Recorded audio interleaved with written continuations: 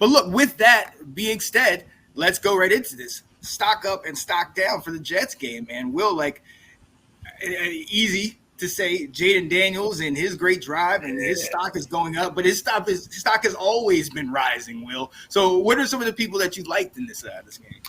Yeah. I'm going to hold off on taking away your thunder because you've deserved it for 4 years. So I'm going to go and say tight end Ben Sinnett. Yeah.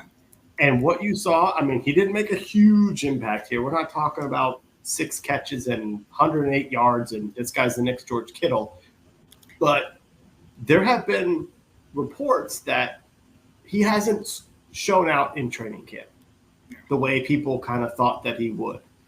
And then all of a sudden, in his first opportunity as a pro to get out there, he makes a catch. He busts a bunch of tackles. He keeps going. People have to jump on his back, and you go, oh, that's why they drafted this guy. Oh, yeah. So – maybe it's a situation where, training camp is training camp, but this guy's a physical player, and you can't do that in training camp. He can't showcase what he is. It kind of reminds me of a Chris Cooley type, where he's not going to wow you in underwear Olympics, but when he gets out there, he's going to be tough for you to tackle. He's going to play hard. And so that could be what they saw there, because there's a lot of talk that we're going to run, 2 tight ends out there. And Sinnett's going to be a big part of this offense. And up to the Jets game, we hadn't heard a lot. So it's the opposite of the Cole Turner effect, but it's a good opposite. Oh, yeah. I do like that. Oh, absolutely, absolutely. And look, I want to say, when I go stock up, I want to go to collective, our special teams. All right, we had. Was it Riley Patterson get the extra point? We had Ahmed get the field goal, and then obviously our leader Tress Way with that huge tackle, looking like a daggone linebacker. It's a positive. It's something positive, especially when we've looked at it this offseason. Like, all right, we've got a kicker after letting go slide, then all of a sudden McManus has the legal issues, and then it's like, oh, what are we doing? I did not expect anything positive out of our kickers. Outside of Tress Way. So the fact that we got something positive, I got to give them kudos. This Ahmed guy, I still don't know really who he is, but you got it done. And so I'll give them their stock up on that. But I do want to say that because I think that's going to be crucial in this season. We know we have a punter. We need to get our kicking game going. And this is the time to do it in the preseason.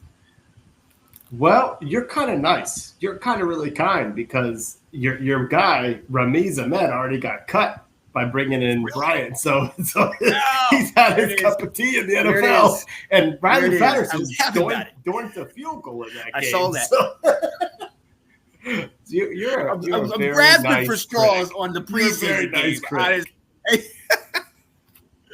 It was more a way to get Tress Way in there and talk about his great tackle.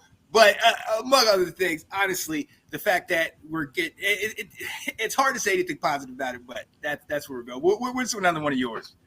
I'm gonna go Bryson Tremaine. There was a lot of good talk from practices about him. Now, obviously, the fact that you bring in a Martavis Bryant, that means now Tremaine's not the only tall receiver we have. But they talked about Tremaine, going up there and getting the ball. They talked about he's an undrafted free agent wide receiver. He impressed the coaches last year so that he made the practice squad. He is the only big-bodied receiver we have. Problem is he doesn't have speed. So, again, I'm not talking about this guy being our wide receiver too, but he is, for the second year in a row, making plays and getting himself noticed. Now, what is that going to change with the Martavis Bryant? Because Bryant has better upside, even at 32. That could really hurt him, but up to this point, Tremaine, remember, what's his name? Mitchell Tinsley made the team last year, and you're not hearing any of his name. Tremaine, you are hearing his name. So his stock seems to be kind of rising a little bit during training camp. Oh, yeah, absolutely. Absolutely. Another position group, definitely want to focus on that linebacker group and focusing on KJ Henry. Only had a couple tackles, 2 tackles, tackle for loss, but what I've seen from him we talk about all these guys kind of being on notice, like we're bringing in guys, especially at your position, so you don't know if you're going to be in there. I know he's that linebacker and also potentially edge, but seeing him kind of get it going with the likes of a Bobby Wagner, I know he wasn't on the field, but also Frankie Lavu and all those guys in camp. This is something I've been expecting for a couple years and hoping to see, and they're looking like, and some of the things that they're talking about, that he's kind of getting it and he's kind of had his flashes. And in this defense, I'm eager to see how they are able to utilize him if he's able to keep progressing on the depth chart. Right. My last stock up, and he didn't make much of an impact, but he showed that they had small little glimpses. But it certainly seems like our boy Luvu is going to be playing the Micah Parsons role this year. Yes. And that just gets me so excited. That's all I can say. Love it. And everything they've been saying about him, too, is flying all around, energy, all of that stuff. And my last stock up is Zach Ertz. And I know he didn't, get out there, he wasn't doing it, but everything I've heard about him in-house, everything I heard about him being the leader in-house and really kind of being the vocal guy is something key. Right. Yeah, he is. He really is being that leader out there that we're looking for. To be more than just, an old guy, but he's also going to make plays. You're not going to talk about the. Do I need to? No, talk I'm about not. him? No, Okay, if you want to, do it. He hasn't done anything yet. This is still training camp. All Go right, ahead. I'm doing it. I was trying to give you a chance. Stock up. The biggest stock up at training camp. Wide receiver number 2, De'Ami Brown. Nope. That's the stock up. And what happened in his first chance to he made a one-handed catch during the joint practices. He made a catch on Jaden Daniels' great throw. That was a check that Daniels said, go, run past him. What did De'Ami do? He ran past him. What did Jaden do? He dropped it in there. It was tight coverage. De'Ami brought it in. De'Ami Brown went from roster bubble to he's a top 4 receiver on this team right now. About daggone time. Look, I'm not believing any of it till I see it in a regular season game, all right? This guy out here, and look, I've heard the stories. You sent me the thing from Twitter basically saying he's catching 500 balls a day and practice doing this thing. Hey, look, shout out to him. More power to you. But what took you so long, in my opinion? You know where I stand with De'Ami. I shouted his praises as soon as he came in the league, and I stuck with him the first 2 years. You're going to have to do more than just in the preseason for me, but I do like your stock up on that one. But let's flip the script, man. Let's go down. What is your stock down? What are some of your guys that are kind of like, why is he still here? Yeah. Well, it's not going to be why is he still here, because that would be even worse. But Forbes. Oh, yeah. He got picked on. He got picked on in the joint practices. He got picked on in the preseason game by Tyrod Taylor. Now, don't forget, Tyrod Taylor loves picking on Washington, so that is his thing. Mm-hmm. And I will say this, because I hate speaking negative of our players. I do. I'm a glass half full. You don't know what type of schemes they were running. They were probably running a lot of vanilla schemes. They may have an idea how they're going to play Forbes, and they're not showing it right now. Why put that out on film? But if your job is to be impressing in your second year, showing improvement with a new coaching staff, he's not exactly doing it. No. And we've heard everything about him kind of bulking up, and this is supposed to be, but he's still kind of getting manhandled out there, and I don't know. We're gonna have to see how that continues. For me, my first stock down is pretty obvious, and we didn't even get that much out of this guy. But it's just I need more for a veteran, especially if you're gonna be the backup. Marcus Mariota, what in the world? He fumbled his first snap, he's getting knocked back. He does not give me any confidence. I mean, I am so excited to have JD5, but if God forbid something happens to him, what? You know what I mean? I mean, shoot, throw in Driscoll. At least Driscoll kind of, can get the ball in there every once in a while. But Mariota at number 2, I at least expected to see something. I at least expected to see him, come in here, take over. Like Jacoby. When we had Jacoby Brissett, at least when Jacoby came in the game, you were comfortable that okay, he knows what he's doing. But Marcus just, and I know it's a small sample size, but still, you're a vet in the league this long. This is an offense that you should be familiar with. I got an issue with that.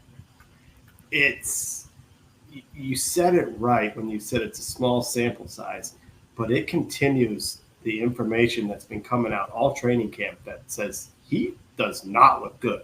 I mean, they really kind of thought that the reporters thought that Mariota would be taking the first snaps. Everyone knew Daniels was going to get the starter reps on week 1, but they thought they would fake this whole like Mariota's in the lead and Jaden needs to earn his stripes, and he goes out there like immediately. It's like, and he's taking all the first team reps. And so it's like Mariota's really struggling. It's a darn good thing that he's there for his mentorship because he's not there for his play right now. Right. Who else you got, man? Yeah. So the other one is stock down Jamin Davis because he's out there playing a lot late into the game. But I will say this. I'm going to put this caveat. He's learning a new position. So they had him play some at linebacker and some as primary pass rusher, DN, that type of thing. So if you are going to be transitioning into a new position, and especially when he's so raw as a pass rusher, then why not give him as many opportunities as you can? And the fact that there now is an injury to Jordan McGee and they haven't said for how long, maybe that helps his cause. So we may be looking into it a little bit more. They literally may have just been saying, we want to get you more playing time. I don't know, but it's just you're a first-round pick playing in the first preseason game late. That's not a good sign. No, and I think it goes along with the theme of what we said with all Ron's guys, and they're all kind of, on notice. This could be our last year, and they're already bringing in people in those positions. So get your game up. And another person that I think, come on the edge. Another person I want to put in there that one of Ron's draft picks, guy that we had hyped up, we talked about before here, Cole Turner. You know what I mean? Cole Turner already was falling down the depth chart. Yes. But now that you saw Ben Sinnott, in his game and people are talking so positively of him, Cole Turner only had one catch in the game. And he was out there for a number of plays, but he wasn't able to really get noticed, do what he needed to do. And I honestly, you're not going to have that much more time. And I don't think they're going to hold you, much longer if you can't show out or do something more. And right now, I'm trying to think. I got him 4th. Yeah. Right now because it's what Ertz, Bates, and then Sinnott, and I got him farther down there. And honestly, and the only reason I'd say that is because I really haven't seen anything from the other guys. So, that him for me is just it's more upsetting than Samus Reyes when he was here a couple of years ago because we didn't really think anything of that. Cole Turner came out of that offense from Nevada, man. He came out, with Carson Strong, and he threw it all over the place, and it was a tight end and pseudo wide receiver type deal. But he just it's been lackluster, and it's sad for him. But hey, I mean, he might not be here that much longer. Right. Especially when you got Colson Yankoff playing right behind you. Got to worry about that guy. For anything, just the name, man. Yankoff. Who else you got, man? That's it. Yeah. For me, another one, just quick, the running back room. It's becoming pretty solidified in camp. We've talked about Brian Robinson and then Austin Eckler. And then I know you were talking to me about who was it? McNichols. McNichols. Wiley. McNichols and Wiley. Yeah. Yeah. So another stock down for me, and just based on numbers, our number 2 guy, Rodriguez. Mm-hmm. I mean, we thought he was going to be, the heir apparent to even by them bringing Eckler, we thought he was going to be at least number 3. And I mean, he is quickly disappearing on that depth chart. So, yeah. I mean, again, he's another one. I know he'll probably get a lot more time this coming week and going in, for the next week. But again, you only have 3 preseason games now, so they got to get it down to that 53. Yep. Dun, dun, dun, dun, dun, dun, dun, dun, dun. Let's go. the Washington Commanders